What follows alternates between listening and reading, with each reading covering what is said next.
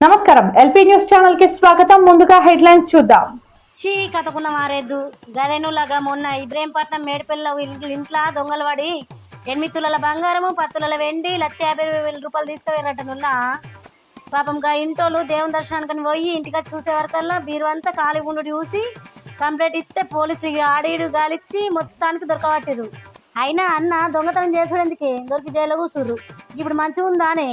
గ్రామంలో తేదీ 24/2024 రోజు రాత్రి ఒకరు గుర్తు తెలియని వ్యక్తులు ఇంటి తాళాలు పగలగొట్టి దొంగతనం చేసి అందులో 1 తులం బంగారం చైను 5 తులాల బంగారు బిస్కెట్ మరి 2 తులాల బంగారు తీగ 10 తులాల వెండి తీగ ఒక కవర్లో ఉంచగా అటు దాన్ని దొంగతనం తీసుకుని వెళ్ళారు.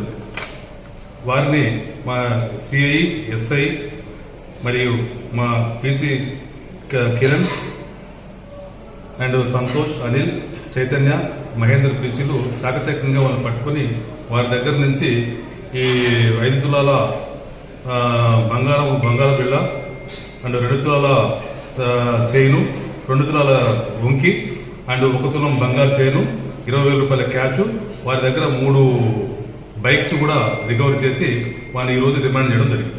సరే, ఇప్పుడు అసలు ఈ దొంగలను మీరు ఎక్కడ పట్టుకున్నారు? అసలు మీకు ఎట్లా దొరికింది? గండి హనుమాన్ చెక్ పోస్ట్ దగ్గర అనుమానాస్పదంగా తిరుగుతూ ఉంటే మా టీం అక్కడ తిరుగుతూ ఉన్నారు. వాళ్ళు దొంగల కోసం తిరుగుతున్నారు. వాళ్ళ అనుమానాస్పదంగా పట్టుకోవడం జరిగింది. ఏ విధంగా దొరకాలని వాళ్ళు మీకు విచారణ ఏ విధంగా చెప్పారు?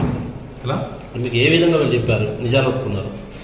నిజాలంటే మాకు వాళ్ళ దగ్గర చెక్ చేయంగా వాళ్ళ దగ్గర ఒక రాడు అవన్నీ దొరికినాయి. ఆ రాడు దొరికిన తర్వాత వాళ్ళు తీసుకుపోయేసి ఆ రాడు ఎక్కడిది ఏంది అని చెప్పేసి కొద్దిగా మా తరహాలో మేము ప్రశ్నించగా వాళ్ళు అవన్నీ ఒప్పుకోవడం జరిగింది. సరే, ఇప్పుడు బైకులు ఎక్కడికి తీసుకొచ్చారు? బైకులు ఎక్కడ దొంగతనం చేశారు? బైక్ ఒకటి నిజామాబాద్ లో ఒక రెండు బైకులు దొంగతనం చేశారని చెప్పారు. ఆ బైకులు కూడా ఇక్కడ రికవర్ అయిపోయారు.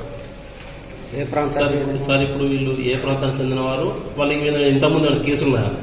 ఇంతకుముందు దర్పల సాయి పేరు మీద ఒక 20 కేసులు దాకా ఉన్నాయి. కుచిరియా మోహన్ దగ్గర ఒక 20 కేసులు దాకా ఉన్నాయి. ఈ కుచిరియా మోహన్ అనే కూడా నిజామాబాద్ జిల్లా అవుతున్నాం. ఈ దర్పల్లి సాయిలు కూడా మాదాపూర్ గ్రామం నిజామాబాద్ జిల్లా అవుతున్నాం.